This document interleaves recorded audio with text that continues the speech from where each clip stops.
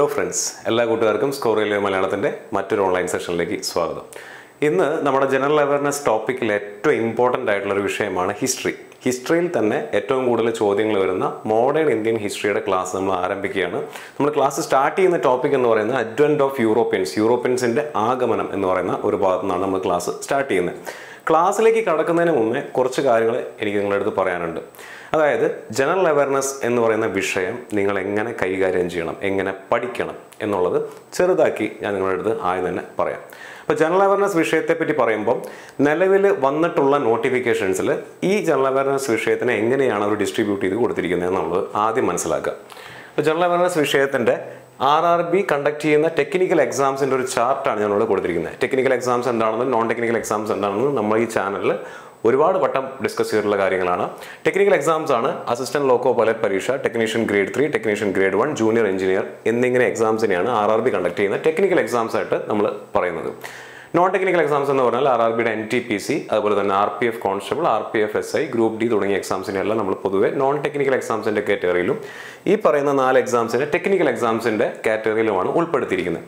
അങ്ങനെയെങ്കിൽ general അവയർനെസിൻ്റെ mark ഡിസ്ട്രിബ്യൂഷനാണ് ഞാൻ ഇവിടെ ടേബിൾ ഫോമുല ആക്കിയിട്ടുള്ളത്. അസിസ്റ്റന്റ് ലോക്കോ പൈലറ്റ് പരീക്ഷ എടുക്കുകയാണെന്നുണ്ടെങ്കിൽ അതിൻ്റെ ടയർ 1 എക്സാമിന് 75 മാർക്കാണുള്ളത്. ആ 75-ൽ 10 ചോദ്യമാണ് ജനറൽ അവയർനെസ് ഭാഗത്തു നിന്നും വരുന്നത്. ടയർ 2-ൽ ജനറൽ അവയർനെസ് എന്ന് പറയുന്ന ഭാഗം സിലബസിൽ ഇല്ല എന്നുള്ള കാര്യം മനസ്സിലാക്കി വയ്ക്കുക. അങ്ങനെയാണെന്നുണ്ടെങ്കിൽ അതിൻ്റെ ടോട്ടൽ വെയിറ്റേജ് എത്രയാണ്? 13.34% ഔട്ട് ഓഫ്, ഞാൻ ഈ 75 മാർക്കിൻ്റെ വെയിറ്റേജ് ആണ് ഇവിടെ കൊടുത്തിരിക്കുന്നത്. 13.34% വെയിറ്റേജ് ആണ് അവിടെ ഉള്ളത്. പക്ഷേ അസിസ്റ്റന്റ് ലോക്കോ പൈലറ്റ് അല്ലെങ്കിൽ ALPയുടെ കാര്യത്തിൽ ഒരു കാര്യം കൂടെ നിങ്ങൾ മനസ്സിലാക്കേണ്ടതെന്ന് വെച്ച് കഴിഞ്ഞാൽ ടയർ 1 ക്വാളിഫയിങ് നേച്ചറാണ്.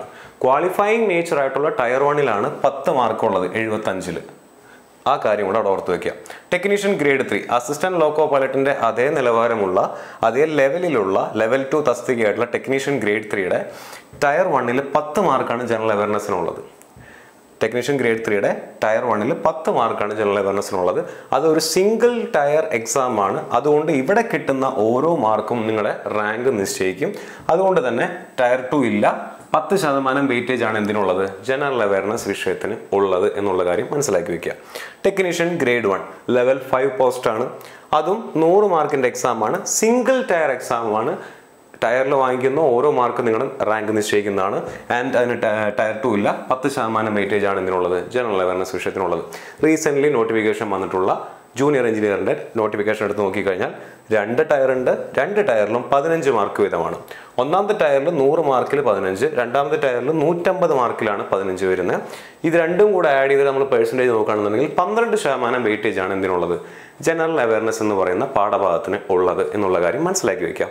എന്ന് പറഞ്ഞാൽ ജനറൽ അവയർനെസ്സിന് 15%-ൽ താഴെ മാത്രമാണ് എന്തിന് വെയിറ്റേജ് ഉള്ളൂ? ടെക്നിക്കൽ എക്സാംസിന് വെയിറ്റേജ് ഉള്ളൂ എന്നുള്ള കാര്യം നിങ്ങൾ ആദ്യം തന്നെ മനസ്സിലങ്ങ് ഉറപ്പിക്കുക. ഇനി ഈ 15% വെയിറ്റേജ് ഉള്ള ജനറൽ അവയർനെസ്സിന്റെ സിലബസ് നമുക്കൊന്ന് പരിചയപ്പെടാം.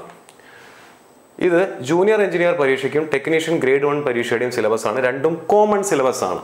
സിലബസ് നോക്കി നിങ്ങൾക്ക് കാണാൻ പറ്റും. അതിനകത്ത് എഴുതിയിട്ടുള്ളത് knowledge of current affairs, Indian geography, culture and history of India including freedom struggle, Indian polity and constitution, Indian economy, എൻവയോൺമെന്റൽ issues concerning India and the world, sports, general scientific and technological developments etcetera. ഇത് കുറച്ചുകൂടെ, അതായത് level മാറി. Junior engineer എന്ന് പറഞ്ഞാൽ level 6 ആണ്. Grade 1 എന്ന് പറഞ്ഞാൽ ലെവൽ 5 ആണ്. ലെവൽ 5, ലെവൽ 6 പോസ്റ്റുകളിലേക്കുള്ള ജനറൽ അവയർനെസ്സിന്റെ സിലബസ് നോക്കിക്കഴിഞ്ഞാൽ കുറച്ചുകൂടെ ഡീറ്റെയിൽ ആയിട്ടുള്ള സിലബസ് നമുക്ക് കാണാൻ പറ്റും. ഇതിനകത്ത് കറണ്ട് അഫയേഴ്സ് ഉണ്ട്, ഇന്ത്യൻ ജോഗ്രഫി ഉണ്ട്, culture and history of India including freedom struggle, സ്വാതന്ത്ര്യ സമരത്തെ പറ്റിയുള്ള ചരിത്രം എന്ന് പ്രത്യേകം എടുത്ത് പറഞ്ഞിട്ടുണ്ട്. Indian polity and constitution, Indian economy, എൻവയോൺമെന്റൽ issues concerning India and the world, sports, general scientific and technological developments etcetera. ഇത്രയാണ് ഗ്രേഡ് 1-ന്റെയും ജൂനിയർ എഞ്ചിനീയറിന്റെയും സിലബസ് എന്ന് പറഞ്ഞാൽ. അസിസ്റ്റന്റ് ലോക്കോ പൈലറ്റ് പരീക്ഷയുടെയും ഗ്രേഡ് 3-യുടെയും സിലബസ് നോക്കുക. കമ്പാരിറ്റീവ്ലി ചെറിയ സിലബസ് ആണ്. കറണ്ട് അഫയേഴ്സ് ഉണ്ട്, സയൻസ് ആൻഡ് ടെക്നോളജി ഉണ്ട്, sports, culture, personalities, economics, politics and other subjects of importance. ഇവിടെ എവിടെയെങ്കിലും നിങ്ങൾക്ക് ഇന്ത്യൻ ജോഗ്രഫി കാണാൻ പറ്റുന്നുണ്ടോ? ഇല്ല. ഇന്ത്യൻ ഹിസ്റ്ററി കാണാൻ പറ്റുന്നുണ്ടോ? ഇല്ല. പകരം അതർ സബ്ജക്ട്സ് ഓഫ് ഇമ്പോർട്ടൻസ് എന്നാണ് കൊടുത്തിരിക്കുന്നത്. എന്ന് പറഞ്ഞാൽ ALPക്കും ടെക്നീഷ്യൻ ഗ്രേഡ് 3-ക്കും ഹിസ്റ്ററിയിൽ നിന്നോ ജോഗ്രഫിയിൽ നിന്നോ ക്വസ്റ്റ്യൻ ചോദിക്കില്ല എന്നല്ല. ഈ അതർ സബ്ജക്ട്സ് ഓഫ് ഇമ്പോർട്ടൻസിനകത്തുനിന്ന് 1-2 ചോദ്യം വന്നാലായി. അപ്പോൾ അതും എത്ര മാർക്കിൽ? 10 മാർക്കിനകത്ത്. അപ്പോൾ ഈ ഒരു രീതിയിലാണ് ജനറൽ അവയർനെസ്സിൻ്റെ ഡിസ്ട്രിബ്യൂഷൻ. നമ്മൾ പറഞ്ഞ 15 മാർക്കിന് ജൂനിയർ എഞ്ചിനീയറിന് ഇത്രയും സിലബസ് ഉണ്ട്. അപ്പോൾ ഈ സിലബസിലുള്ള ഒരു വിഷയം മാത്രമാണ് ഹിസ്റ്ററി. ഹിസ്റ്ററിക്കകത്തുള്ള ഹിസ്റ്ററി നമ്മൾ 3ആയിട്ട് ഡിവൈഡ് ചെയ്യും. Ancient India, medieval India, modern India. വേണമെന്നുണ്ടെങ്കിൽ വേൾഡ് ഹിസ്റ്ററി കൂടെ കൂട്ടാം, 4 പാർട്ടാക്കി മാറ്റാം. ഈ 4 പാർട്ടിൽ ഒരു പാർട്ട് മാത്രമാണ് മോഡേൺ ഇന്ത്യ. അതിലൊരു ടോപ്പിക്കാണ് അഡ്വെന്റ് ഓഫ് യൂറോപ്യൻസ് എന്ന് പറഞ്ഞാൽ നമ്മൾ പഠിക്കാൻ പോകുന്നത്. നിങ്ങൾ ടെക്നിക്കൽ എക്സാംസിന് പ്രിപ്പയർ ചെയ്യുകയാണെന്നുണ്ടെങ്കിൽ നിങ്ങൾ ഈ ടോപ്പിക് എത്രത്തോളം ആഴത്തിൽ പഠിക്കേണ്ടി വരും എന്നുള്ള കാര്യം നിങ്ങളോട് മനസ്സിലാക്കുക. കാരണം ഹിസ്റ്ററിയിൽ നിന്ന് ജൂനിയർ എഞ്ചിനീയർ പരീക്ഷ 15 മാർക്ക് വെയിറ്റേജ് ഉള്ള ജൂനിയർ എഞ്ചിനീയർ പരീക്ഷ നിങ്ങൾക്ക് അറ്റംപ്റ്റ് ചെയ്യുമ്പോൾ ജനറൽ അവയർനെസ്സിൽ നിന്ന് നിങ്ങൾക്ക് മാക്സിമം ചോദിക്കാൻ പോകുന്ന 15 മാർക്കിൽ ഹിസ്റ്ററിയിൽ നിന്നും ചോദിക്കാൻ പോകുന്നത് 3 ചോദ്യമോ 4 ചോദ്യമാണ്. ഈ 3-4 ചോദ്യത്തിൽ ആണ് നമ്മൾ ഇത്രയും ഭാഗങ്ങൾ പഠിക്കേണ്ടി വരുന്നത്. ഹിസ്റ്ററി എന്ന് പറയുന്ന ബൾക്കായിട്ടുള്ള ഒരു സബ്ജക്റ്റ് പഠിക്കേണ്ടി വരുന്നത് എന്നുള്ള കാര്യം കൂടെ അവിടെ ഓർത്ത് വയ്ക്കുക. അപ്പോൾ അതിനെങ്ങനെ നിങ്ങൾ ടാക്കിൾ ചെയ്യണം, നിങ്ങൾക്ക് ഏത് രീതിയിലുള്ള ക്ലാസ്സുകളാണ് നിങ്ങൾ പഠിക്കേണ്ടി വരുന്നത്. അതിന് മുന്നേ ഈ 15 മാർക്കിൻ്റെയും 10 മാർക്കിൻ്റെയും ജനറൽ അവയർനെസ് വിഷയങ്ങൾ 2 സിലബസിലായിട്ടാണ് കൊടുത്തിരിക്കുന്നത് എന്നുള്ളത് ഞാൻ കാണിച്ചു തന്നു. ഇനി ഈ സിലബസുകളെ നമുക്കൊന്ന് ഡിമാർക്കേറ്റ് ചെയ്ത് നോക്കാം. ഇത് ലോക്കോ പൈലറ്റ് പരീക്ഷയുടെയും ടെക്നീഷ്യൻ ഗ്രേഡ് 3യുടെയും 10 മാർക്കിൻ്റെ ഡിസ്ട്രിബ്യൂഷനാണ്. എന്ന് പറഞ്ഞാൽ 10 മാർക്കിൻ്റെ ഈ സിലബസിനകത്തുനിന്ന് ചോദ്യങ്ങൾ, ALPയുടെയും ടെക്നീഷ്യൻ ഗ്രേഡ് 3യുടെയും ഈ സിലബസിലെ ചോദ്യങ്ങൾ നമ്മൾ 2018 ടെക്നീഷ്യനും ഗ്രേഡ് 3യും ഒരുമിച്ചായിരുന്നല്ലോ കണ്ടക്ട് ചെയ്തിരുന്നത്. അന്നത്തെ ക്വസ്റ്റ്യൻ പേപ്പേഴ്സ് എടുത്ത് നോക്കിക്കഴിഞ്ഞാൽ നമുക്ക് അതിൻ്റെ മാർക്ക് ഡിസ്ട്രിബ്യൂഷൻ കാണാൻ പറ്റുന്നത് ഈ 10 മാർക്കിൽ 75% ചോദ്യങ്ങളും ചോദിച്ചിരിക്കുന്നത് കറണ്ട് അഫയേഴ്സ് ഭാഗത്തുനിന്നും 25% ചോദ്യങ്ങൾ ചോദിച്ചിരിക്കുന്നത് സ്റ്റാറ്റിക് GK എന്നാണ്. ഈ സ്റ്റാറ്റിക് GK എന്ന് പറയുമ്പോൾ അതിനകത്ത് എന്തൊക്കെ വരും? ഹിസ്റ്ററി വരും, പൊളിറ്റി വരും, ജോഗ്രഫി വരും, എക്കണോമിക്സ് വരും, അല്ലേ? അത്രയും ഭാഗങ്ങൾ, എൻവയോൺമെൻറ്റ് തുടങ്ങിയ കാര്യങ്ങളെല്ലാം സ്റ്റാറ്റിക് GKയുടെ ഭാഗമായിട്ട് വരുന്നതാണ്. ആ സ്റ്റാറ്റിക് GKയിൽ 25% ചോദിച്ചിരിക്കുന്നത്. 10 മാർക്കിന് 25% എന്ന് പറഞ്ഞാൽ 2 മുതൽ 3 മാർക്കാണ് ഈ മൊത്തം ഹിസ്റ്ററി, പൊളിറ്റി, ജോഗ്രഫി, എക്കണോമിക്സ് ഭാഗത്തു നിന്ന് എവിടെ ചോദിച്ചിട്ടുള്ളൂ? അസിസ്റ്റന്റ് ലോക്കോ പൈലറ്റ് പരീക്ഷയ്ക്ക് ചോദിച്ചിട്ടുള്ളൂ. നേരെ മറിച്ച് 75% വെയിറ്റേജ് അവിടെ എന്തിനാണ് കൊടുത്തിരിക്കുന്നത്? കറണ്ട് അഫയേഴ്സിനാണ് കൊടുത്തിരിക്കുന്നത്. അപ്പോൾ വെയിറ്റേജ് മനസ്സിലാക്കി പഠിക്കുക. നോ യുവർ സബ്ജക്റ്റ് എന്ന് ഞാൻ പറയുന്നത് അതുകൊണ്ടാണ്. No your exam, no your subject എന്ന് നമ്മൾ സീരീസ് തുടങ്ങുന്നതും അതുകൊണ്ടാണ്. നിങ്ങളുടെ എക്സാം മനസ്സിലാക്കി, എക്സാമിനകത്തുള്ള വെയിറ്റേജ്, സബ്ജക്റ്റിലുള്ള വെയിറ്റേജ് മനസ്സിലാക്കി, ആ സബ്ജക്റ്റ് മനസ്സിലാക്കി പഠിച്ചാൽ എക്സാം ക്രാക്ക് ചെയ്യാൻ പറ്റുള്ളൂ. ഇതാണ് അസിസ്റ്റന്റ് ലോക്കോ പൈലറ്റ് പരീക്ഷയുടെയും ഗ്രേഡ് 3യുടെയും ഒരു മാർക്ക് ഡിസ്ട്രിബ്യൂഷൻ എന്ന് പറഞ്ഞു കഴിഞ്ഞാൽ. ഇനി നമ്മളിത് ഗ്രേഡ് 1നും ജൂനിയർ എഞ്ചിനീയറിനെയും പ്രീവിയസ് ഇയർ ക്വസ്റ്റ്യൻ പേപ്പർ എടുത്ത് നോക്കുകയാണെന്നുണ്ടെങ്കിൽ സെയിം സിലബസ് ആണെന്ന് ഞാൻ നേരത്തെ കാണിച്ചു. അതിൽ കറണ്ട് അഫയേഴ്സിന് വെയിറ്റേജ് കുറവാണ്. 33% വെയിറ്റേജ് കറണ്ട് അഫയേഴ്സിനുള്ളൂ. 66% വെയിറ്റേജ് എന്തിനാണ് കൊടുത്തിരിക്കുന്നത്? സ്റ്റാറ്റിക് GKക്കാണ് കൊടുത്തിരിക്കുന്നത്. ഇവിടെ സ്റ്റാറ്റിക് GK എന്ന് പറയുമ്പോൾ ഞാൻ നേരത്തെ പറഞ്ഞ പോലെ ഹിസ്റ്ററി, പൊളിറ്റി, എക്കണോമിക്സ്, ജോഗ്രഫി 4 വിഷയങ്ങളാണ് പ്രധാനമായിട്ടും വരുന്നത്. അതിന് 66%, 15ന്റെ 66% എന്ന് പറയുമ്പോൾ ഓൾമോസ്റ്റ് 10 മാർക്സ് വരും. 10 മാർക്കിനകത്ത് ഹിസ്റ്ററിയും ജോഗ്രഫിയും പൊളിറ്റി, എക്കണോമിക്സും ചോദിക്കാം. എന്ന് പറഞ്ഞാൽ ഹിസ്റ്ററിയിൽ നിന്ന് 2-3 ചോദ്യം വരാം, ജോഗ്രഫിയിൽ നിന്ന് 2-3 ചോദ്യങ്ങൾ വരാം, എക്കണോമിക്സിൽ നിന്ന് 2-3 ചോദ്യങ്ങൾ, അതുപോലെ തന്നെ ഈ പറഞ്ഞ ജോഗ്രഫിയിൽ നിന്നും പൊളിറ്റിയിൽ നിന്നും 2-3 ചോദ്യങ്ങൾ വീതമാണ് സാധാരണഗതിയിൽ ചോദിക്കുന്നത്. ഈ രീതിയിലാണ് ഇതിൻ്റെ മാർക്ക് ഡിസ്ട്രിബ്യൂഷൻ ഉള്ളത്. ഇത്രയും കാര്യങ്ങൾ നിങ്ങൾ ആദ്യം നിങ്ങളുടെ മനസ്സിൽ വെക്കുക. ഇനി ജനറൽ അവയർനെസ്സിൽ നമ്മൾ പ്രധാനമായിട്ടും 2 രീതിയിലുള്ള ക്ലാസ്സുകളാണ് നമ്മൾ പ്രൊവൈഡ് ചെയ്യുന്നത്. ഒരു ക്ലാസ് എന്ന് പറയുന്നത് കൺസെപ്റ്റ് ബേസ്ഡ് ക്ലാസ് ആണ്. അതിനകത്ത് നമ്മൾ ഫുൾ സിലബസ് കവർ ചെയ്യും. അപ്പം നിങ്ങൾ മനസ്സിലാക്കി വെക്കുക ജനറൽ അവയർനെസ്സിൻ്റെ വെയിറ്റേജ് എന്താണെന്നുള്ളത്, ഓരോ എക്സാമിനും എത്രത്തോളം ഉണ്ടെന്നുള്ളത് നിങ്ങൾ ആദ്യം മനസ്സിലാക്കി കഴിഞ്ഞു, അല്ലേ?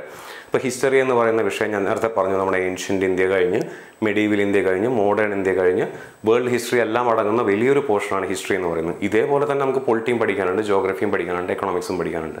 അതിൻ്റെ കൺസെപ്റ്റ് ബേസ്ഡ് ക്ലാസ്സുകൾ നമ്മൾ എന്ത് ചെയ്യുന്നുണ്ടാവും? പ്രൊവൈഡ് ചെയ്യുന്നുണ്ടാവും. ഇതിന് പുറമെ കൺസോളിഡേറ്റഡ് ക്ലാസ്സുകൾ ഉണ്ടായിരിക്കും. ഈ കൺസോളിഡേറ്റഡ് ക്ലാസ്സുകൾ എന്താണ്? ഞാൻ നേരത്തെ പറഞ്ഞ പോലെ ഇത്രയും ബൾക്കി ആയിട്ടുള്ള ടോപ്പിക്കുകൾ നമ്മൾ ഒരുപാട് സമയത്തിൻ്റെ വലിയ മണിക്കൂറുകൾ കണക്കിനുള്ള ക്ലാസ്സുകൾ നിങ്ങളുടെ മുന്നിലേക്ക് പ്രൊവൈഡ് ചെയ്യുമ്പോൾ എക്സാം അടുത്തിരിക്കുന്ന സമയമാണെന്നുണ്ടെങ്കിൽ നിങ്ങൾക്ക് റീസണിങ് പഠിക്കാനുണ്ടാവും, മാത്സ് പഠിക്കാനുണ്ടായിരിക്കും, സയൻസ് പഠിക്കാനുണ്ടായിരിക്കും, അതുപോലെ തന്നെ എന്തുകൊണ്ടായിരിക്കും ടെക്നിക്കൽ സബ്ജക്റ്റുകളും പഠിക്കാനുണ്ടായിരിക്കും. അപ്പോൾ ആ സമയത്ത് ക്വിക്ക് റിവിഷന് വേണ്ടിയിട്ട് നിങ്ങൾക്ക് എന്ത് ചെയ്യാം?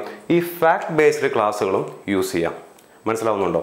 എക്സാമ്പിളായിട്ട് പറയുകയാണെന്നുണ്ടെങ്കിൽ ഇതിപ്പോൾ അഡ്വെന്റ് ഓഫ് യൂറോപ്യൻസിൻ്റെ ക്ലാസ് നമ്മൾ കൺസെപ്റ്റ് ബേസ്ഡ് ആയിട്ടുള്ള ക്ലാസ്സുകൾ എടുക്കുകയാണെന്നുണ്ടെങ്കിൽ നമുക്ക് ഇത്രത്തോളം കാര്യങ്ങൾ പറഞ്ഞു പോകേണ്ടി വരും. നേരെ മറിച്ച് ഇതിനെ കൺസോളിഡേറ്റ് ചെയ്ത് നമുക്ക് എന്ത് ചെയ്യാൻ പറ്റും?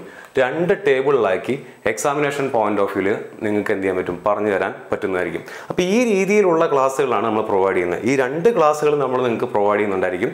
നിങ്ങൾക്ക് ഏതാണോ യൂസ്ഫുൾ ആയിരിക്കുന്നത് ആ യൂസ്ഫുൾ ആയിട്ടുള്ള ക്ലാസ്സുകൾ നിങ്ങളുടെ ടൈമിൻ്റെ അവൈലബിലിറ്റി അനുസരിച്ച്, നിങ്ങൾക്ക് പഠിക്കാനുള്ള താല്പര്യം അനുസരിച്ച്, നിങ്ങൾ പ്രിപ്പയർ ചെയ്യുന്ന എക്സാമിൻ്റെ പ്രത്യേകതകൾ നോക്കിക്കൊണ്ട് വേണം നിങ്ങൾ തിരഞ്ഞെടുക്കാനായിട്ട്.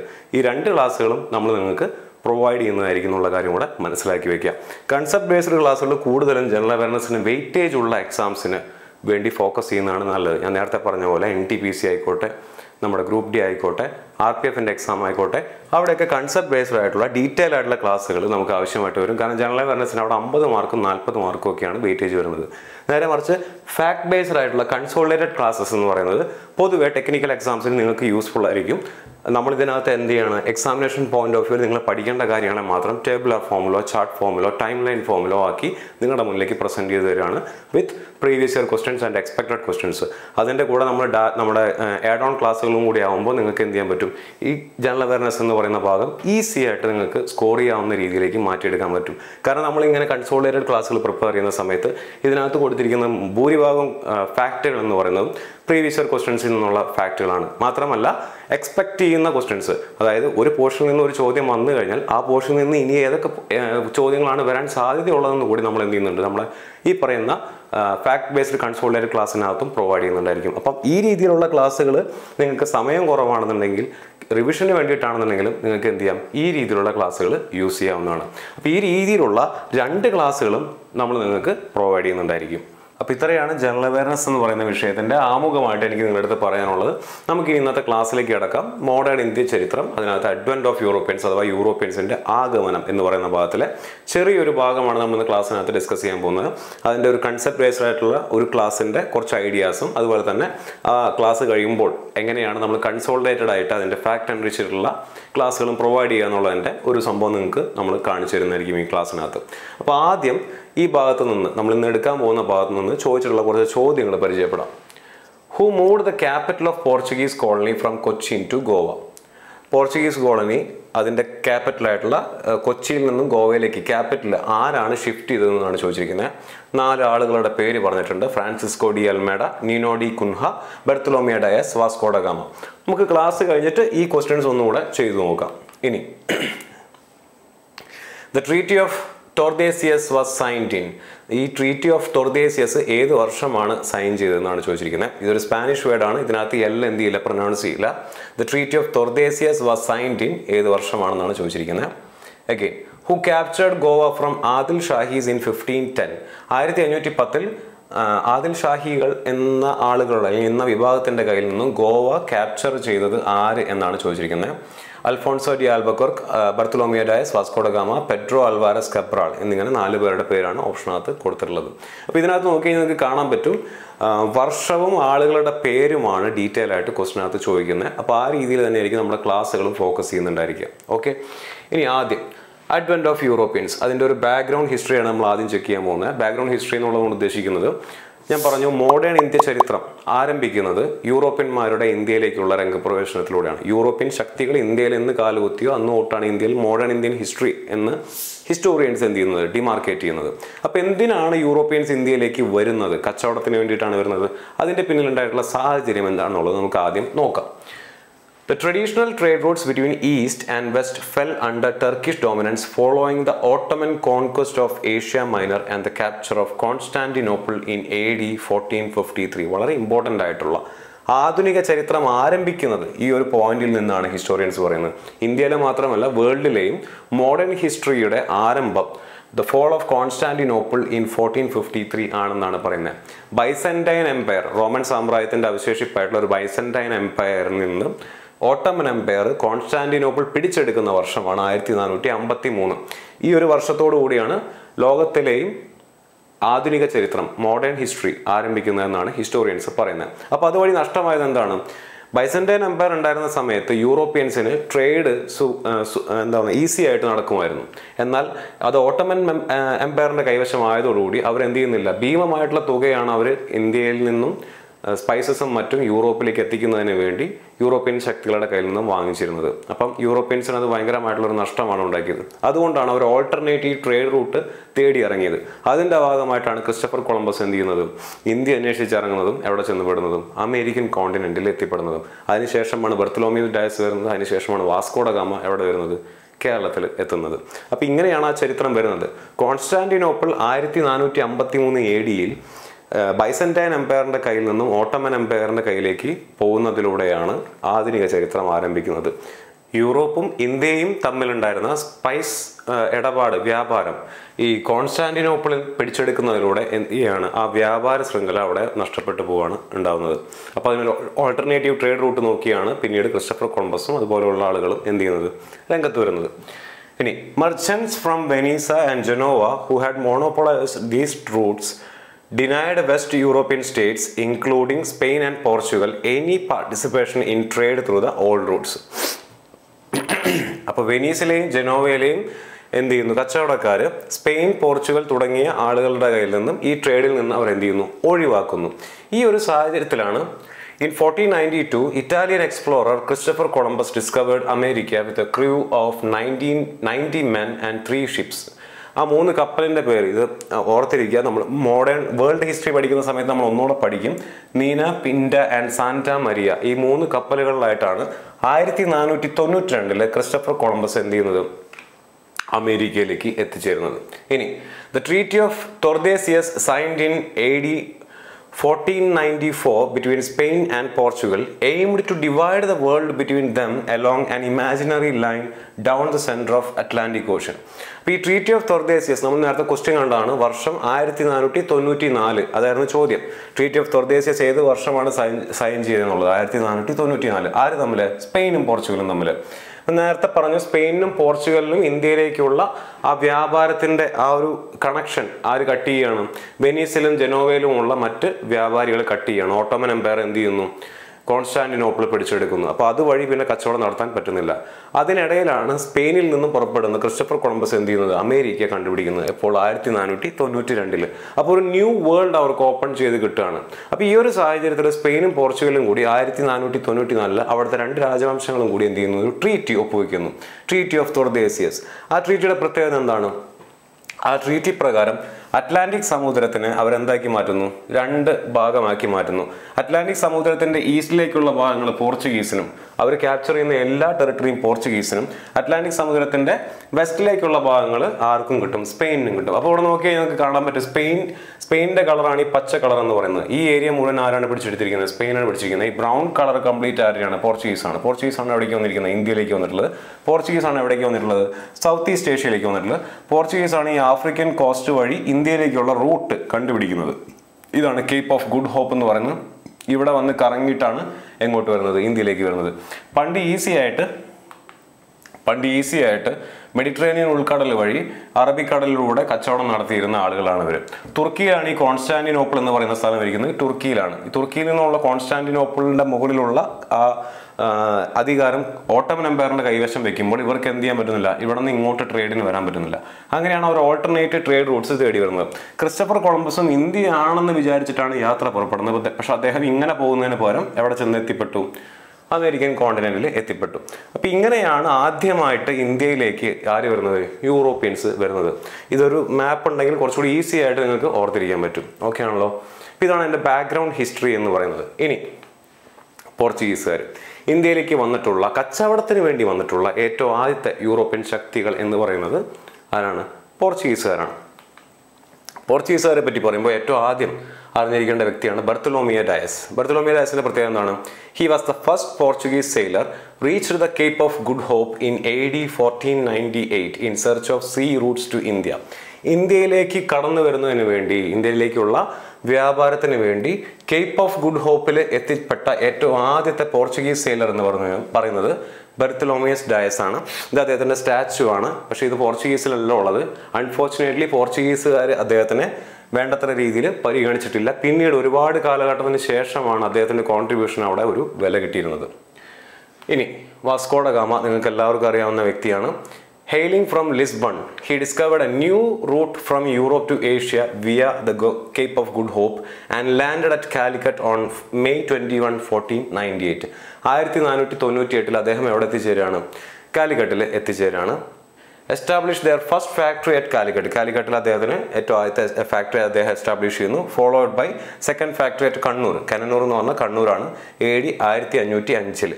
അപ്പം വാസ്കോ ഡ ഗാമ ആദ്യം വരുന്നു, സാമൂതിരിനെ കാണുന്നു. ആ ചരിത്രമൊക്കെ ആക്ച്വലി കേരള PSC എക്സാംസിന് വളരെ ഇമ്പോർട്ടൻ്റ് ആണ്. പിന്നെ അദ്ദേഹം തിരിച്ചു പോകുന്നുണ്ട്, ഒരുപാട് സാധനങ്ങളായിട്ട് തിരിച്ചു പോകുന്നുണ്ട്, പിന്നെ വീണ്ടും വരുന്നുണ്ട്. അപ്പോൾ സാമൂതിരിയായിട്ട് ഇടയിൽ പ്രശ്നങ്ങൾ ഉണ്ടാകുന്നുണ്ട്, കൊച്ചി രാജാവിനെ കാണാൻ പോകുന്നുണ്ട്, അങ്ങനെ ഒരുപാട് ചരിത്രങ്ങളൊക്കെ നടക്കുന്നുണ്ട്. നമ്മുടെ മോഡേൺ ഇന്ത്യൻ ഹിസ്റ്ററി ഭാഗത്ത് നിന്ന് നോക്കുമ്പോൾ അല്ലെങ്കിൽ RRB examination point of view നോക്കുമ്പോൾ നമുക്ക് അതൊന്നും ഇവിടെ പറയേണ്ട കാര്യമില്ല. അപ്പോൾ വാസ്കോ ഡ ഗാമയെ പറ്റി നിങ്ങൾ പ്രധാനമായിട്ടും അറിഞ്ഞിരിക്കേണ്ടത് അദ്ദേഹം 1498 എവിടെ എത്തി? ഇന്ത്യയിലെത്തി. ആൻഡ് അദ്ദേഹം ഏറ്റവും ആദ്യം അദ്ദേഹത്തിൻ്റെ ഒരു ഫാക്ടറി എസ്റ്റാബ്ലിഷ് ചെയ്തിട്ടുള്ളത്, അല്ലെങ്കിൽ പോർച്ചുഗീസ് ഏറ്റവും ആദ്യത്തെ ഫാക്ടറി എസ്റ്റാബ്ലിഷ് ചെയ്തിട്ടുള്ളത് എവിടെയാണ്? ഒന്ന് കോഴിക്കോടാണ്, രണ്ടാമത് കണ്ണൂരാണ്. കണ്ണൂർ എസ്റ്റാബ്ലിഷ് ചെയ്ത വർഷമാണ് 1505 എന്ന് പറയുന്നത്. ഇത്രയും കാര്യങ്ങൾ ഇവിടെ ഓർത്തു വയ്ക്കുക. ഇദ്ദേഹം പിന്നീട് വരുന്നുണ്ട് 1520കളിൽ അദ്ദേഹം വീണ്ടും വരുന്നുണ്ട്. പോർച്ചുഗീസിന്റെ ഇന്ത്യൻ ടെറിട്ടറിയുടെ വൈസ്രോയ് ആയിട്ട് വരുന്നുണ്ട് അദ്ദേഹം പിന്നീട്. ഓക്കെ, ഇനി രണ്ടാമത്തെ ഇമ്പോർട്ടൻ്റ് ആയിട്ടുള്ള ഒരു വ്യക്തിയാണ് പെഡ്രോ അൽവാരസ് കബ്രാൾ എന്ന് പറയുന്നത്. പെഡ്രോ അൽവാരസ് കബ്രാൾ അദ്ദേഹം AD 1500 രണ്ടാമത് ഒരു യൂറോപ്യൻ എക്സ്പെഡീഷൻ ഇന്ത്യയിലേക്ക് എത്തുന്നതിന് വേണ്ടി വരികയാണ്. അപ്പം ഞാൻ നേരത്തെ പറഞ്ഞ പോലെ 1498 എന്ത് ചെയ്യുന്നു? വാസ്കോ ഡ ഗാമ ഇന്ത്യയിൽ വരുന്നു. അദ്ദേഹം ഇവിടുന്ന് 3 കപ്പൽ എന്നറിയ സ്പൈസസുമായിട്ട് യൂറോപ്പിലേക്ക് പോകുന്നു. അത് വിറ്റ് അദ്ദേഹം കൊള്ള ലാഭം ഉണ്ടാക്കുന്നു. ആ ഒരു സമയത്താണ് രണ്ടാമതൊരു യൂറോപ്യൻ എക്സ്പെഡീഷൻ എങ്ങോട്ട് വരുന്നത്? ഇന്ത്യയിലേക്ക് വരുന്നതിന് വേണ്ടി ആര് വരുന്നത്? പെഡ്രോ അൽവാരസ് കബ്രാൾ എന്ന് പറയുന്ന വ്യക്തി വരുന്നത്. ഇദ്ദേഹം ഭയങ്കര ഫേമസ് ആയിട്ടുള്ള വളരെയധികം എന്താ പറയുന്ന വിൽ പവർ ഉള്ള ഒരു വ്യക്തിയാണ്.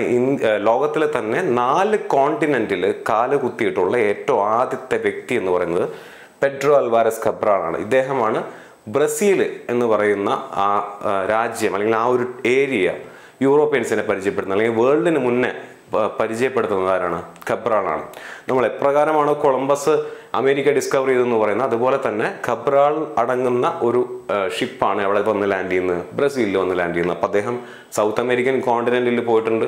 അദ്ദേഹം യൂറോപ്പിൽ അദ്ദേഹം യൂറോപ്യനാണ്, യൂറോപ്പിൽ പോയിട്ടുണ്ട്, ആഫ്രിക്കയിൽ പോയിട്ടുണ്ട്, അദ്ദേഹം ഏഷ്യയിലും വന്നിട്ടുണ്ട്. അങ്ങനെ 4 കോണ്ടിനെന്റുകളിൽ കാല് കുത്തുന്ന ഏറ്റവും ആദ്യത്തെ വ്യക്തി ആരാണെന്ന് ചോദിച്ചു കഴിഞ്ഞാൽ അത് കബ്രാളാണ്.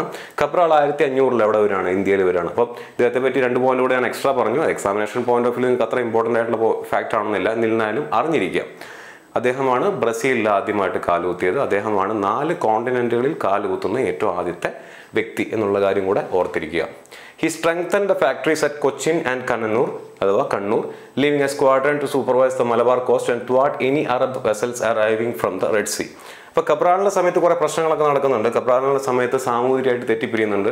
കബ്രാളിൻ്റെ കൂടെ ഉണ്ടായിരുന്ന അദ്ദേഹം കൊല്ലത്ത് ഉണ്ടായിരുന്ന കുറച്ച് ആളുകളെ അവിടെയുള്ള നേറ്റീവ്സ് വധിക്കുന്നുണ്ട്. 16ഓളം വരുന്ന പോർച്ചുഗീസുകാർ, 60ഓളം വരുന്ന പോർച്ചുഗീസുകാരൊക്കെ വധിക്കുന്നുണ്ട്. അതിന് അദ്ദേഹം ഒരു ദിവസം മുഴുവൻ എന്ത് ചെയ്യുന്നുണ്ട്? ഈ പറയുന്ന നമ്മുടെ സാമൂതിരിയുടെ നാട്ടിലേക്ക് കടലിൽ നിന്നുകൊണ്ട് ഫയർ ചെയ്യുന്നതായിട്ടുള്ള ഒരു ചരിത്രം കൂടെ പറയപ്പെടുന്നുണ്ട്. അപ്പോൾ അദ്ദേഹം സാമൂതിരി നമ്മൾ നല്ല ടേംസിലായിരുന്നില്ല എന്നുള്ള കാര്യം കൂടെ ഒന്ന് ജസ്റ്റ് അറിഞ്ഞിരിക്കുക. ഇനി ഇമ്പോർട്ടൻറ്റ് പോർച്ചുഗീസ് ഗവർണേഴ്സ്. പോർച്ചുഗീസ് എന്ത് ചെയ്യുന്നു? ഞാൻ ഈ പറഞ്ഞ പോലെ വാസ്കോ ഡ ഗാമയുടെ സമയത്താണെങ്കിലും കബ്രാളിൻ്റെ സമയത്താണെങ്കിലും ഇവിടെ കച്ചവടത്തിന് വേണ്ടി വന്നിട്ടുള്ളതാണ്. അവർ കച്ചവടം നടത്തി പോവുകയാണ് ചെയ്യുന്നത്. അതിനുശേഷം അവർ എന്ത് ചെയ്യുന്നുണ്ട്? പോർട്ടുകൾ പണിയുന്നുണ്ട്. ഇപ്പോൾ കബ്രാളിൻ്റെ സമയത്താണെന്നുണ്ടെങ്കിൽ 4ഓളം പോർട്ടുകൾ അദ്ദേഹം പണിയുന്നുണ്ട്. ഇനി എന്ത് ചെയ്യുന്നു? അതിൻ്റെ മേൽനോട്ടം വഹിക്കുന്നതിന് വേണ്ടി പോർച്ചുഗീസ് ഗവൺമെൻറ് അല്ലെങ്കിൽ പോർച്ചുഗീസ് രാജാവ് അവിടെ എന്ത് ചെയ്യുന്നുണ്ട്? ഗവർണർമാരെ അപ്പോയിൻറ്റ് ചെയ്യുന്നുണ്ട്. ആ രീതിയിലുള്ള ഏറ്റവും ഇമ്പോർട്ടൻ്റ് ആയിട്ടുള്ള 4 ഫിഗറുകളെ നിങ്ങൾ ഓർത്തിരിക്കുക.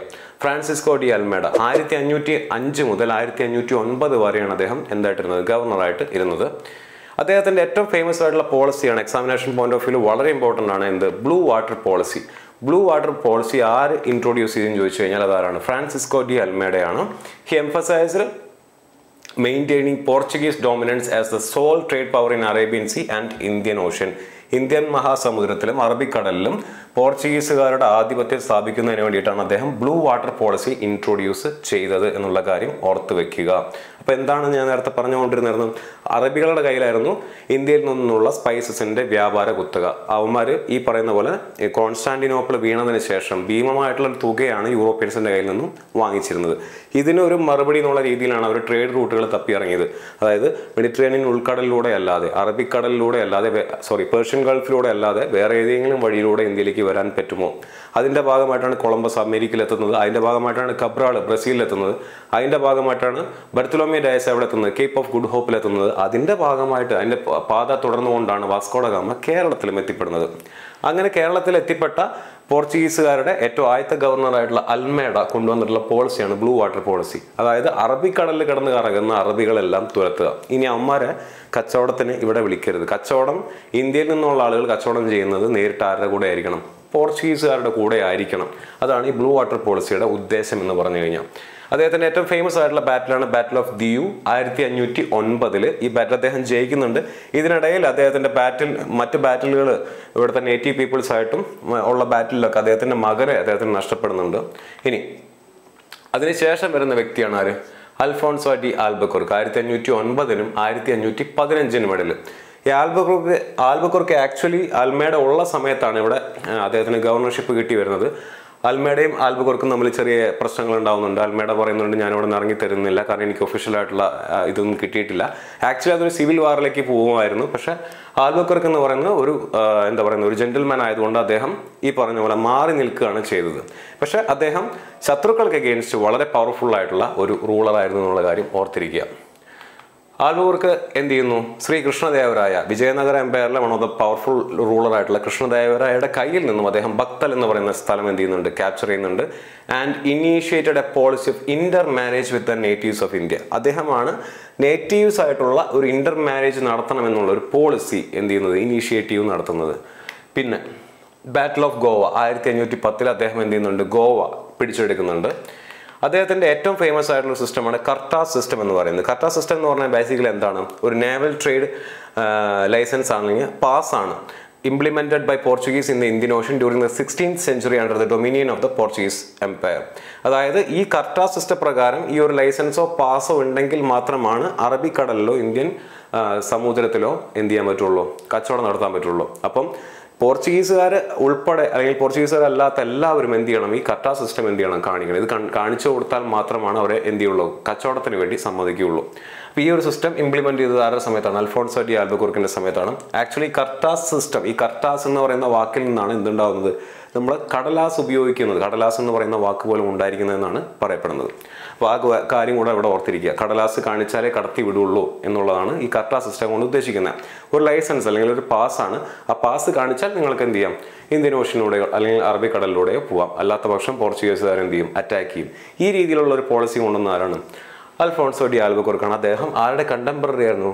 കൃഷ്ണദേവരായ എന്ന് പറയുന്ന വിജയനഗര സാമ്രാജ്യത്തിന്റെ പവർഫുൾ ആയിട്ടുള്ള റൂളറുടെ കണ്ടംപററി ആയിരുന്നു എന്നുള്ള കാര്യം കൂടെ ഓർത്തിരിക്കുക. ഇനി നീനോ ഡാ കുൻഹ 1529 1538 ഇടയിൽ അദ്ദേഹം ഒരു ഗവർണറായിരുന്നു. അദ്ദേഹത്തിന്റെ ഏറ്റവും ഇമ്പോർട്ടൻ്റ് ആയിട്ടുള്ള കോൺട്രിബ്യൂഷൻ എന്ന് പറയുന്നത് he shifted capital from Kochi to Goa. കൊച്ചിയിൽ നിന്നും ഗോവയിലേക്ക് ക്യാപിറ്റൽ മാറ്റിയത് ആരാണെന്ന് ചോദിച്ചു കഴിഞ്ഞാൽ നീനോ ഡാ കുൻഹ ആണെന്നുള്ള കാര്യം കൂടെ ഓർത്തിരിക്കുക. ഇത്രയും കാര്യങ്ങൾ നിങ്ങൾ ഓർത്തിരിക്കുക. ആൻഡ് ഈ 1529 1538 എന്ന് പറയുന്ന കാലഘട്ടം എന്ന് പറയുമ്പോൾ നമ്മുടെ സെൻട്രൽ ഇന്ത്യ അല്ലെങ്കിൽ നോർത്തേൺ ഇന്ത്യൻ ചരിത്രം എടുക്കുകയാണെന്നുണ്ടെങ്കിൽ അവിടെ ആര് വന്നു? മുഗൾ സാമ്രാജ്യം വന്നിട്ടേ ഉള്ളൂ. ബാബർ അദ്ദേഹത്തിന്റെ ഫസ്റ്റ് ബാറ്റിൽ ഓഫ് പാനിപ്പട്ട് പിന്നിട്ടിട്ട് എന്ത് ചെയ്യുന്നത്? മുഗൾ സാമ്രാജ്യം എസ്റ്റാബ്ലിഷ് ചെയ്യുന്ന വർഷം 1525 അപ്പോൾ ബാബർ ചക്രവർത്തി അവിടെ മുഗൾ സാമ്രാജ്യം എസ്റ്റാബ്ലിഷ് ചെയ്യുന്ന സമയത്ത് അതിന് മുന്നേ ആക്ച്വലി ആരിവിടെ ഉണ്ട്? പോർച്ചുഗീസുകാരുണ്ട് എന്നുള്ള കാര്യം നിങ്ങൾ എന്ത് ചെയ്യുക? മനസ്സിലാക്കി വെക്കുക. ഓക്കെ ആണല്ലോ. ഇനി ഇത്രയും നമ്മൾ കണ്ട കാര്യത്തിന് നമ്മൾ എന്ത് ചെയ്യുന്നു? ഒന്ന് കൺസോൾഡേറ്റ് ചെയ്ത് എക്സാമിനേഷൻ പോയിന്റ് ഓഫ് വ്യൂവിൽ ചോദിക്കാൻ സാധ്യതയുള്ള കാര്യങ്ങളാക്കി ഒരു ടേബിളർ ഫോമിലാക്കി ഞാൻ നിങ്ങളുടെ മുന്നിലേക്ക് തരാണ്. ഒരു ക്രോണോളജിക്കൽ ഓർഡറിൽ ഇമ്പോർട്ടൻ്റ് ആയിട്ടുള്ള ടൈം ലൈൻസ് ഞാനിവിടെ പറഞ്ഞിരിക്കുന്നു. 1453 എന്ത് ചെയ്യുന്നു? കോൺസ്റ്റാന്റിനോപ്പിൾ ക്യാപ്ചർ ചെയ്യുന്നു. ആരാണ് ക്യാപ്ചർ ചെയ്യുന്നത്? ഓട്ടോമൻസ് ആണ് ക്യാപ്ചർ ചെയ്യുന്നത്. ആരുടെ കയ്യിൽ നിന്നും? ബൈസന്റൈൻ എംപയറിന്റെ കയ്യിൽ നിന്നും. 1492 കൊളംബസ് ഡിസ്കവേർഡ് അമേരിക്ക. അദ്ദേഹം എവിടെ നിന്നാണ് പുറപ്പെട്ടത്? സ്പെയിനിൽ നിന്നാണ്. എത്തിപ്പെട്ടത് അമേരിക്കയിലാണ്. 1494 ട്രീറ്റി ഓഫ് ടൊർദേസിയസ് ആരൊക്കെ തമ്മിലുള്ളതാണ്? സ്പെയിനും പോർച്ചുഗലും തമ്മിലാണ്. ഏതാ വർഷം? 1494. 1498 വാസ്കോഡ ഗാമ എവിടെ ലാൻഡ് ചെയ്യുന്നു? കാലിക്കറ്റിൽ ലാൻഡ് ചെയ്യുന്നു. 1498 തന്നെയാണ് ബർത്തലോമേ ഡയസ് എവിടെ എത്തുന്നത്? കേപ്പ് ഓഫ് ഗുഡ് ഹോപ്പിലും എത്തുന്നത്. 1500 കബ്രാളിന്റെ എക്സ്പെഡീഷൻ വരുന്നു. 1505 ഫ്രാൻസിസ്ക അൽമേഡ ആദ്യത്തെ ഗവർണറായിട്ട് പ്രഖ്യാപിക്കുന്നു. 1510 ബാറ്റിൽ ഓഫ് ഗോവ നടക്കുന്നു. ഏറ്റവും ഇമ്പോർട്ടൻ്റ് ആയിട്ടുള്ള പോയിന്റുകളെല്ലാം ടൈം ലൈൻ ഫോമിൽ നമ്മൾ ഓർത്തു വെച്ചു. ഇങ്ങനെയാണുള്ള ക്വസ്റ്റ്യൻ ചോദിച്ചിരിക്കുന്നത്. ഇതിലൊരു ചോദ്യം നിങ്ങൾ നേരത്തെ കണ്ടതാണ്. ട്രീറ്റി ഓഫ് ടൊർദേസിയസ് ഏത് വർഷമാണ്? 1494. അപ്പോൾ ഈ രീതിയിൽ നിങ്ങൾ എന്ത് ചെയ്യുക?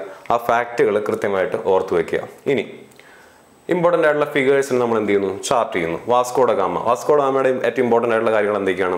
First Portuguese explorer to reach India via Cape of Good Hope. Cape of Good Hope വഴി ഇന്ത്യയിൽ എത്തിയിട്ടുള്ള ഏറ്റവും ആദ്യത്തെ പോർച്ചുഗീസ് എക്സ്പ്ലോറർ ആണ്. അദ്ദേഹമാണ് കൊച്ചിയിലും കണ്ണൂരും എന്ത് ചെയ്യുന്നത്? ഫാക്ടറീസ് സെറ്റപ്പ് ചെയ്യുന്നത്. ഇനി കബ്രാളിന്റെ ഇമ്പോർട്ടൻ്റ് ആയിട്ടുള്ള കാര്യങ്ങൾ എന്തൊക്കെയാണ്? കബ്രാളാണ് second Portuguese to reach India via Cape of Good Hope and he was the first person to land on 4 continents. Francisco de അൽമേഡയുടെ ഏറ്റവും ഇമ്പോർട്ടൻ്റ് ആയിട്ട് നിങ്ങൾ ഓർത്തിരിക്കേണ്ട കാര്യം എന്താണ്? Blue water policy. Alfonso de ആൽബക്കുർക്കിൻ്റെ ഏറ്റവും ഇമ്പോർട്ടൻ്റ് ആയിട്ടുള്ള കാര്യങ്ങൾ എന്താണ്? കണ്ടംപററി ഓഫ് കൃഷ്ണദേവരായാണ്. അദ്ദേഹത്തിൻ്റെ കയ്യിൽ നിന്നാണ് നേരത്തെ ഒരു സ്ഥലം ക്യാപ്ചർ ചെയ്തതായിട്ട് നമ്മൾ പഠിച്ചത്. ഇനി അദ്ദേഹം എന്ത് ചെയ്യുന്നുണ്ട്? ഗോവ ക്യാപ്ചർ ചെയ്യുന്നുണ്ട്, ബാറ്റിൽ ഓഫ് ഗോവയിലും. കർത്ത സിസ്റ്റം ഇൻട്രൊഡ്യൂസ് ചെയ്യുന്നതും ആരാണ്? അൽഫോൺസോ ഡി ആൽബക്കുർക്കാണ്. നിനോ ഡ കുൻഹയാണ് അൽഫോൺസോ ഡി ആൽബക്കുർക്ക് പിടിച്ചെടുത്ത ഗോവയെ പിന്നീട് എന്താക്കി മാറ്റുന്നത്? ക്യാപിറ്റലാക്കി മാറ്റുന്നത്. അതിന് മുന്നേ ക്യാപിറ്റൽ എന്തായിരുന്നു? കൊച്ചിയായിരുന്നു. കൊച്ചിയിൽ നിന്നും ഗോവയിലേക്ക് ക്യാപിറ്റൽ മാറ്റുന്ന ആരാണ്? Nino da കുൻഹയാണ്. എന്ന് പറഞ്ഞാൽ നമ്മൾ ഇത്രയും നേരം കണ്ട ക്ലാസ്സിൽ പറഞ്ഞ കാര്യങ്ങളെല്ലാം നമുക്ക് എക്സാമിനേഷൻ പോയിന്റ് ഓഫ് വ്യൂവിൽ എന്ത് ചെയ്യാം? ഇങ്ങനെ ചാർട്ട് ചെയ്തും പഠിക്കാം. ഇനി നമ്മൾ നേരത്തെ പറഞ്ഞ ക്വസ്റ്റ്യൻസ് ഒന്ന് നോക്കാം. അപ്പോൾ ഈ ഒരു രണ്ട് ടേബിളിൽ കൊടുത്തിട്ടുള്ള കാര്യങ്ങളാണ് ആക്ച്വലി ഇന്നത്തെ ക്ലാസ്സിനകത്ത് നമ്മൾ ഡിസ്കസ് ചെയ്തിട്ടുള്ളത്, അല്ലേ? എക്സാമിനേഷൻ പോയിന്റ് ഓഫ് വ്യൂവിൽ നിങ്ങൾക്ക് ഇത്രയും അറിഞ്ഞിരിക്കേണ്ട കാര്യമുള്ളൂ. ഇതിൻ്റെ ബാക്ക്ഗ്രൗണ്ടിലുള്ള ഹിസ്റ്ററിയോ ബാക്ക്ഗ്രൗണ്ടിലുള്ള കാര്യങ്ങളൊന്നും എക്സാമിനേഷൻ പോയിന്റ് ഓഫ് വ്യൂവിൽ, പ്രത്യേകിച്ച് ടെക്നിക്കൽ എക്സാമിനേഷൻ പോയിന്റ് ഓഫ് വ്യൂവിൽ നിങ്ങൾ അറിഞ്ഞിരിക്കേണ്ട കാര്യമില്ല. അപ്പോൾ അതാണ് ഞാൻ നേരത്തെ പറഞ്ഞ ഈ കൺസോളിഡേറ്റഡ് ക്ലാസ് എന്ന് പറയുന്നത് നിങ്ങൾക്ക് എന്തായിട്ട് യൂസ് ചെയ്യാം? ഒരു റിവിഷൻ ക്ലാസ് ആയിട്ട് യൂസ് ചെയ്യാം, അല്ലേ? നിങ്ങൾ ഈ പറയുന്ന പോലെ NTPC ആണെന്നുണ്ടെങ്കിലും ഗ്രൂപ്പ് ഡി ആണെന്നുണ്ടെങ്കിലും RPF കോൺസ്റ്റബിളോ RPF SIO പഠിക്കുന്ന കുട്ടികളാണെന്നുണ്ടെങ്കിൽ നിങ്ങൾക്ക് ഇത് റിവിഷൻ ക്ലാസ് ആയിട്ട് യൂസ് ചെയ്യാം. നിങ്ങൾ ടെക്നിക്കൽ എക്സാംസ് ആയിട്ട് പ്രിപ്പയർ ചെയ്യുന്ന ആളുകളാണെന്നുണ്ടെങ്കിൽ നിങ്ങൾക്ക് ഈ ക്ലാസ്സുകളിൽ നിന്ന് കിട്ടുന്ന പോയിന്റുകൾ മാത്രം മതി നിങ്ങൾക്ക് എക്സാമിനേഷന് വേണ്ടിയിട്ട് യൂസ് ചെയ്യാനായിട്ട്. കാരണം നേരത്തെ പറഞ്ഞ പോലെ ഒരുപാട് മണിക്കൂർ കണക്കിന് നീണ്ട ക്ലാസ്സുകൾ നിങ്ങൾക്ക് എന്ത് ചെയ്യേണ്ടി വരില്ല. എക്സാമിന് വേണ്ടി നിങ്ങൾ അത്രയും സമയം ജനറൽ അവയർനെസ്സിന് കൊടുക്കുകയാണെന്നുണ്ടെങ്കിൽ അതിനുള്ള വെർത്ത് ഉണ്ടായിരിക്കില്ല. ഞാൻ നേരത്തെ പെർസെൻറ്റേജ് വൈസ് അതിൻ്റെ ഡിസ്ട്രിബ്യൂഷൻ കാണിച്ചു തന്നു. ഇനി ഇന്നത്തെ ക്ലാസ്സിനകത്ത് ഡിസ്കസ് ചെയ്തിട്ടുള്ള കാര്യങ്ങളിൽ നിന്ന് നമുക്ക് നേരത്തെ പറഞ്ഞ ക്വസ്റ്റ്യൻസ് അറ്റൻഡ് ചെയ്യാൻ പറ്റുമോ നോക്കാം. Who moved the capital of Portuguese colony from Cochin to Goa? കൊച്ചിയിൽ നിന്നും ഗോവയിലേക്ക് ക്യാപിറ്റൽ മൂവ് ചെയ്തത് ആരാണ്? നമുക്കറിയാം നിനോ ഡി കുൻഹയാണ്. ഇദ്ദേഹം ബാബറിൻ്റെ സമയത്തുണ്ടായിരുന്നതാണെന്ന് ഞാൻ നേരത്തെ പറഞ്ഞു. ദ ട്രീറ്റി ഓഫ് ടൊർദേസിയസ് ഏത് വർഷമാണ് സൈൻ ചെയ്തത്? 1494. ആരൊക്കെ തമ്മിലാണ്? സ്പെയിനും പോർച്ചുഗലും തമ്മിലാണ്.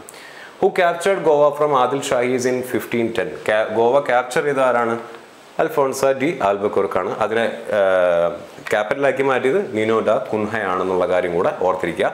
ആൻഡ് ഈ ബാറ്റിൽ അറിയപ്പെടുന്നത് ബാറ്റിൽ ഓഫ് ഗോവയാണ് 1510. അൽമേഡയുടെ സമയത്തുണ്ടായിരുന്ന ബാറ്റിലാണ് ബാറ്റിൽ ഓഫ് ദിയു 1509. ഇത്രയും കാര്യങ്ങളാണ് ഈ ഭാഗത്ത് നിന്ന് നിങ്ങൾ പ്രധാനമായിട്ടും അറിഞ്ഞിരിക്കേണ്ടത്. അപ്പോൾ ഈ രീതിയിലുള്ള ക്ലാസ്സുകളായിരിക്കും നമ്മൾ പ്രൊവൈഡ് ചെയ്യുന്നുണ്ടായിരിക്കും നിങ്ങൾക്ക്. അതിനകത്ത് കൺസെപ്റ്റ് ബേസ്ഡ് ക്ലാസ്സുകളുണ്ടായിരിക്കും, കൺസോളിഡേറ്റഡ് ക്ലാസ്സുകളുണ്ടായിരിക്കും. അപ്പോൾ നിങ്ങളുടെ ആവശ്യം അനുസരിച്ച്, നിങ്ങളുടെ ക്രൈറ്റീരിയ അനുസരിച്ച്, നിങ്ങൾ പ്രിപ്പയർ ചെയ്യുന്ന എക്സാം അനുസരിച്ച്, എക്സാമിൻ്റെ വെയിറ്റേജ് അനുസരിച്ച് അത് കൃത്യമായിട്ട് മനസ്സിലാക്കി നിങ്ങൾക്ക് വേണ്ട ക്ലാസ്സുകൾ ഏതാണെന്ന് വെച്ചാൽ അത് തിരഞ്ഞെടുത്ത് കാണുക. ഇതുപോലുള്ള ക്ലാസ്സുകളുമായിട്ട് നമുക്ക് വീണ്ടും കാണാം.